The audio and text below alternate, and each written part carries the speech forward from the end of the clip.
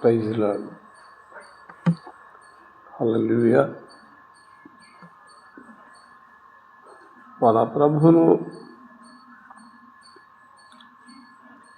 రక్షకుడైన యేసుక్రీస్తు వారి నామములో అందరికీ శుభాలు.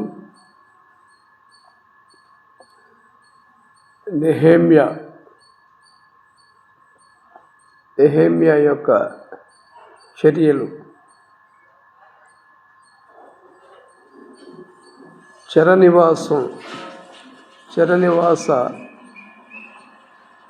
యొక్క నివాసం తర్వాత చరిత్ర.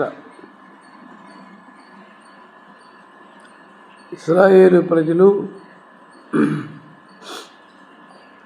వాళ్ళు చెరకు వెళ్ళిపోయినారు.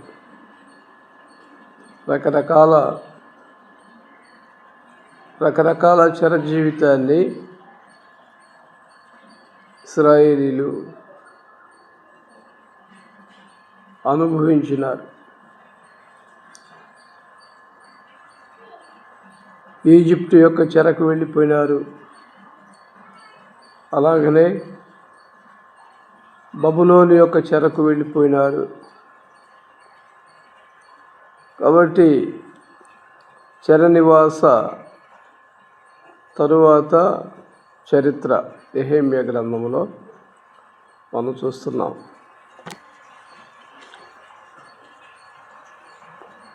దైవ గ్రంథంలో నెహెమ్యా యొక్క చర్యలు 20వ సంవత్సరములో కిస్లేవు మాసమున నేను షూషాను కోటలో ఉండగా నా సహోదరులలో హనానీయాను ఒకడును, యూదులలో కొందరును వచ్చిరి. చెరపట్టబడిన శేషములో తప్పించుకొనిన యూదులను గూర్చియు యెరూషలేమును గూర్చియు నేను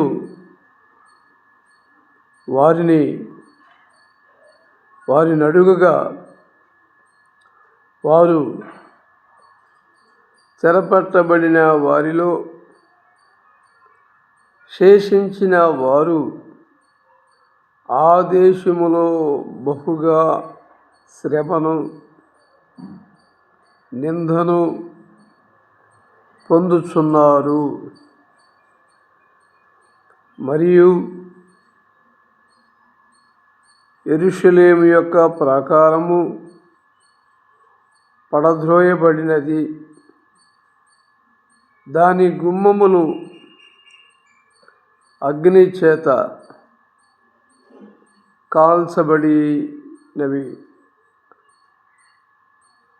కాల్చబడినవని నాతో చెప్పిరి.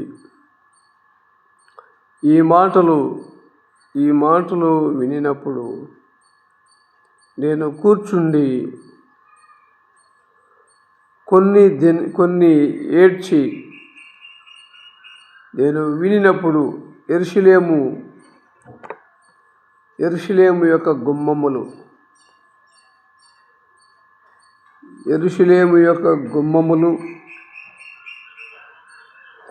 యెరూషలేము యొక్క ప్రాకారములు, యెరూషలేము యొక్క గుమ్మములు, యెరూషలేము యొక్క ప్రాకారములు కాల్చబడ్డాయి.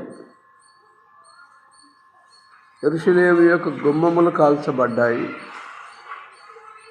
యెరూషలేము యొక్క ప్రాకారాలు కాల్చబడ్డాయి. కాబట్టి నెహెమ్యా ఈ మాటలు ఎప్పుడైతే దేవుని యొక్క మందిరము ప్రాకారములు దేవుని యొక్క మందిరము యొక్క గుమ్మములు కాల్చబడినటువంటి సంగతి నెహెమ్యా ఈ మాటలు వినినప్పుడు నేను కూర్చుండి ఏడ్చి కొన్ని దినములు ఉపవాసముతో, కొన్ని దినములు దుఃఖముతో ఉపవాసముండి ఆకాశమందలి దేవుని ఎదుట విజ్ఞాపన చేసి తిని. 1వ అధ్యాయం 4వ వచనంలో నెహెమ్యా గ్రంథంలో చూస్తున్నాం.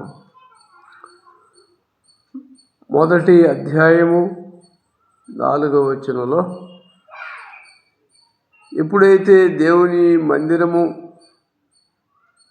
ప్రాకారములు, దేవుని మందిరం యొక్క గుమ్మములు కాల్చబడినటువంటి సంఘటన నెహెమ్యా వినినప్పుడు ఆయన కూర్చొని ఏడ్చి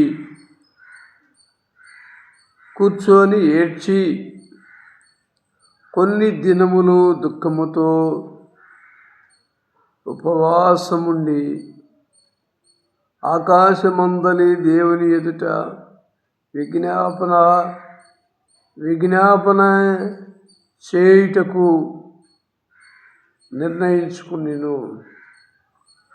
నిశ్చయించుకున్నాడు. కాబట్టి ప్రియ దేవుని బిడ్డలారా, దేవుని బిడ్డలైన సేవకులమైన మనము, దేవుని సేవకులమైనటువంటి మనము, దేవుని బిడ్డలమైనటువంటి మనము ఈ దినాల్లో ప్రస్తుత దినాలలో ఎన్నో మన భారతదేశంలో, మన ఆంధ్ర రాష్ట్రాలలో, మన తెలుగు రాష్ట్రాలలో కానీ, భారతదేశంలో కానీ ఎన్నో మందిరాలు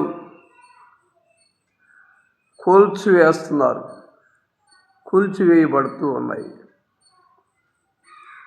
ఎన్నో మందిరాలు, దేవుని యొక్క ఆలయాలు, దేవుని యొక్క మందిరాలు కూల్చివేయబడుతున్నాయి. కానీ దేవుని బిడ్డలైనటువంటి, దేవుని సేవకులైనటువంటి మనము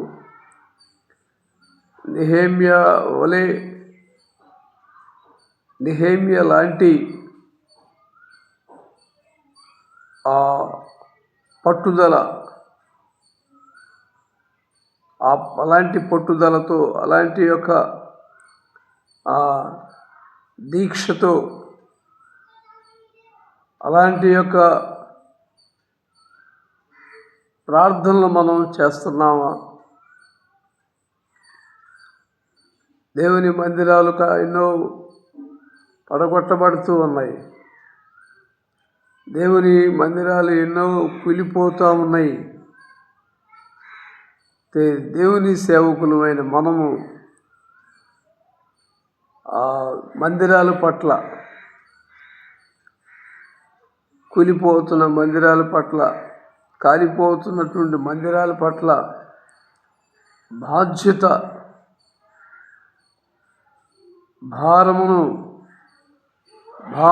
బాధ్యతను కలిగి మనం ప్రార్థన చేస్తున్నాము. విలాసమైనటువంటి గృహాలను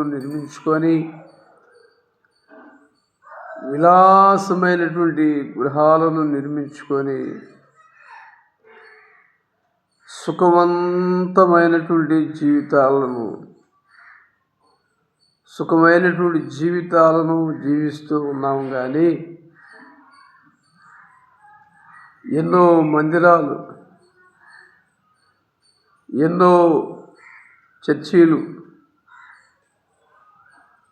కూలిపోతూ ఉన్నాయి. మన భారతదేశంలో ఎన్నో మందిరాలను కూల్చివేస్తున్నారు. ఎన్నో దేవాలయాలను కాల్చివేస్తున్నారు మన భారతదేశంలో, తెలుగు రాష్ట్రాలలో. దేవుని సేవకులమైన, దేవుని బిడ్డలమైనటువంటి మనము భారమును కలిగి, బాధ్యతను కలిగి ప్రార్థన చేసేటువంటి వారిగా మనం ఉంటున్నాము. కాబట్టి సేవకులమైనటువంటి మనము, దేవుని సేవకులమైనటువంటి మనము బాధ్యత లేనటువంటి వారిగా, భారము లేనటువంటి వారిగా విలాసమైనటువంటి గృహాలను నిర్మించుకొని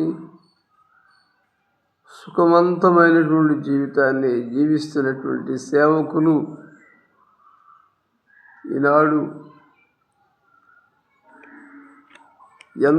ఎంతోమంది కోకొల్లలుగా ఉన్నారు. లక్షల మంది ఉన్నారన్నమాట. నశించిపోతున్నటువంటి ఆత్మల కోసము, అలాగనే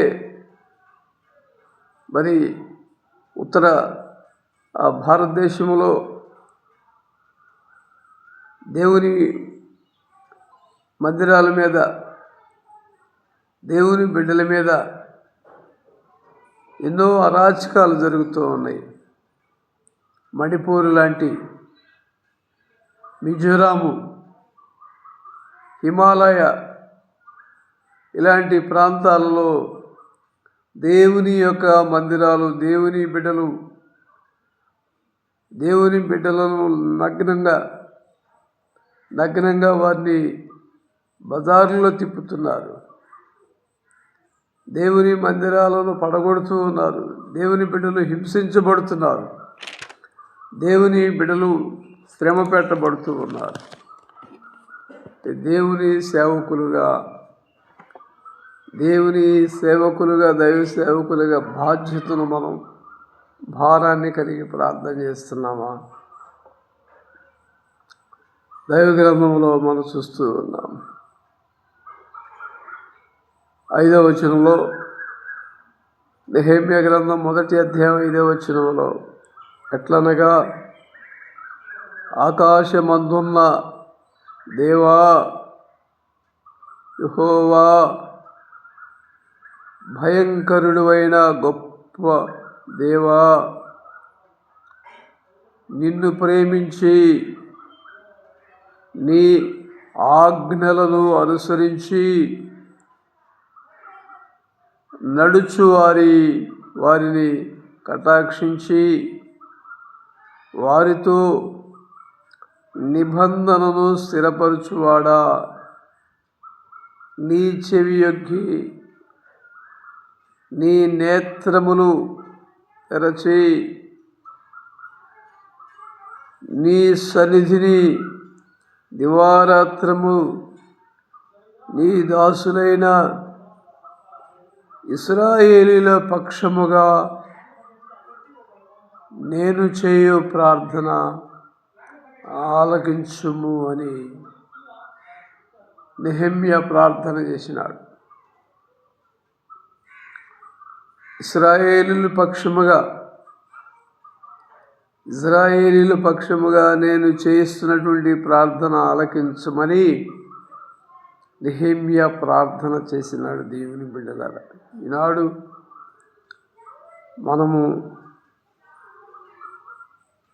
ఆ విధమైనటువంటి ప్రార్థన మనం చేయగలుగుతున్నామా? నశించిపోతున్నటువంటి ఆత్మల పట్ల, నశించిపోతున్నటువంటి దేవుని బిడ్డల పట్ల క్రైస్తవ్యము క్రైస్తవ్యాన్ని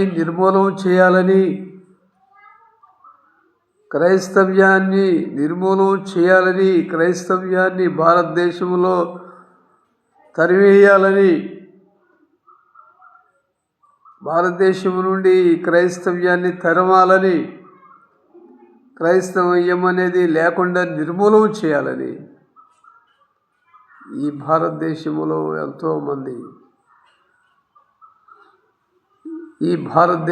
ఎంతోమంది మతోన్మాదులు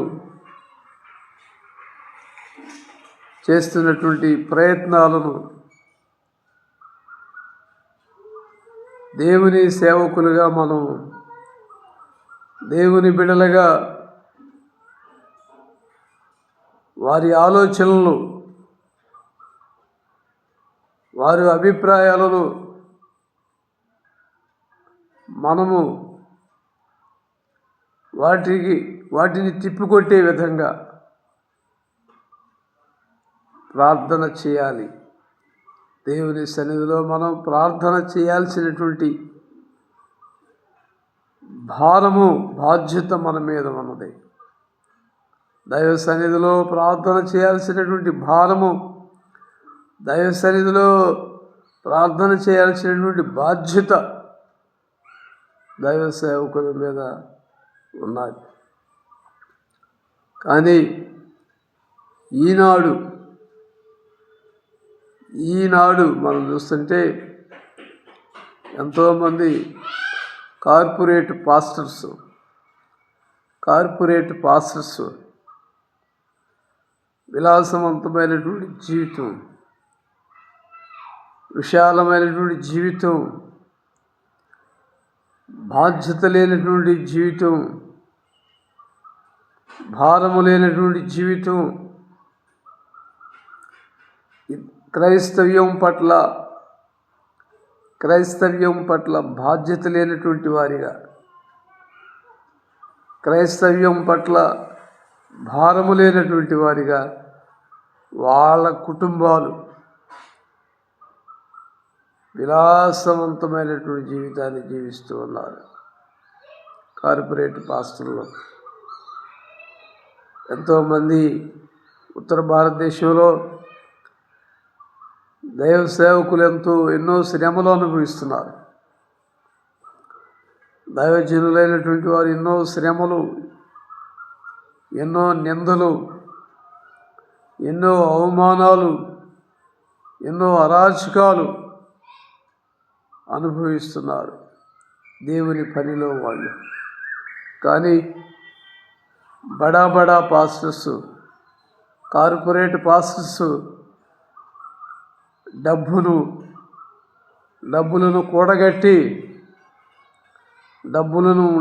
కూడగట్టి ఆస్తులను సంపాదిస్తున్నారు.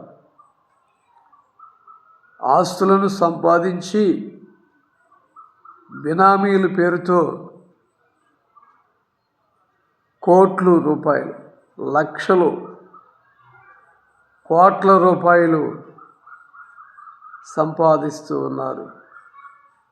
కానీ నశించిపోతున్నటువంటి ఆత్మల పట్ల,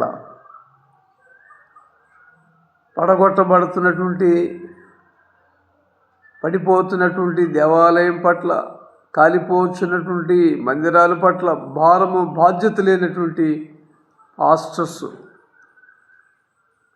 ఈనాడు ఎంతోమంది ఉన్నారన్నమాట. నెహెమ్యా ప్రార్థనలో నీ చెవి ఎక్కి నీ నేత్రములు తెరిచి నీ సన్నిధిని దివారాత్రములు నీ దాసులైన ఇశ్రాయేలీల పక్షముగా నేను చేయు ప్రార్థన అంగీకరించుము. నీకు విరోధముగా పాపము చేసిన ఇశ్రాయేలీల కుమారుల దోషమును నేను ఒప్పుకొనుచున్నాను. ఎంత గొప్ప ప్రార్థన! మన దోషాలనే మనం ఒప్పుకోము. మన యొక్క పిల్లల దోషాలు, మన కుటుంబ సభ్యుల యొక్క దోషాలను మనం ఒప్పుకోం ఈనాడు. కానీ నెహెమ్యా చేస్తున్నాడు ఇక్కడ. ఇశ్రాయేలీల కుమారుల దోషమును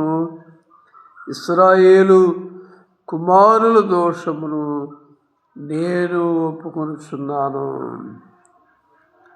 అంతేకాదు, నేనును నా తండ్రి ఇంటి వారును పాపము చేసి ఉన్నాము. నీ ఎదుట బహు అసహ్యముగా ప్రవర్తించితిమి. నీ సేవకుడైన మోషే చేత నీవు నిర్ణయించిన ఆజ్ఞలనైనను కట్టడలనైనను విధులనైనను మేము గైకొనకపోతిమి. నీ సేవకుడైన మోషేతో నీవు సెలవిచ్చిన మాటను జ్ఞాపకము తెచ్చుకొనుము. అదేదనగా మీరు అపరాధము చేసిన ఎడల జనులలోనికి మిమ్మును చెదరగొట్టుదును. అయితే మీరు నా వైపు తిరిగి నా కట్టడలను అనుసరించి నడిచిన ఎడల బూదిగంతముల వరకు మీరు తోలివేయబడినాను. అక్కడ నుండి మిమ్మును గూర్చి నా నామమును ఉంచుటకు నేను ఏర్పరచుకొనిన స్థలమునకు మిమ్మును రప్పించెదనని నీవు సెలవిచ్చితివి కదా. చిత్తగించుము. నీవు నీ మహాప్రభావమును చూపి నీ బహుబలము చేత విడిపించిన నీ దాసులకు నీ జనులు వీరే. యెహోవా, చెవియొగ్గి నీ దాసుడనైన నా మొరను, నీ నామమును భయభక్తులతో ఘనపరచుట యందు ఆనందించు నీ దాసుల మొరను ఆలకించి ఈ దినమందు నీ దాసుని ఆలోచన సఫలపరచి ఈ మనుషుడు నాయందు దయచూపునట్లు అనుగ్రహించుమని నిన్ను బతిమాలుకొనుచున్నాను అని ప్రార్థించి తిని. కాబట్టి దేవుని బిడ్డలారా, ఈ సమయంలో, ఈ దినాల్లో, ఈ పరిస్థితుల్లో ఒకవైపు ఆ మతోన్మాదం యొక్క వివాదాలు జరుగుతూ ఉన్నాయి దేశంలో. మతోన్మాద వాదము, అలాగనే మరొక వైపు ప్రాంతీయ యొక్క వాదాలతో, మతోన్మాదం యొక్క వాదాలతో తెలుగు రాష్ట్రాలలో నెమ్మది లేదు, రాష్ట్రాలలో శాంతి లేదు, రాష్ట్రాలలో సమాధానము లేదు, రాష్ట్రాలలో సంతోషం లేదు. ప్రజల మధ్య, నాయకుల మధ్య, అధికారుల మధ్య, ఎమ్మెల్యేల మధ్య, ఎంపీల మధ్య దేశంలో నెమ్మది లేనటువంటి పరిస్థితులు మనం చూస్తున్నాం. కాబట్టి దేవుని సేవకులమైనటువంటి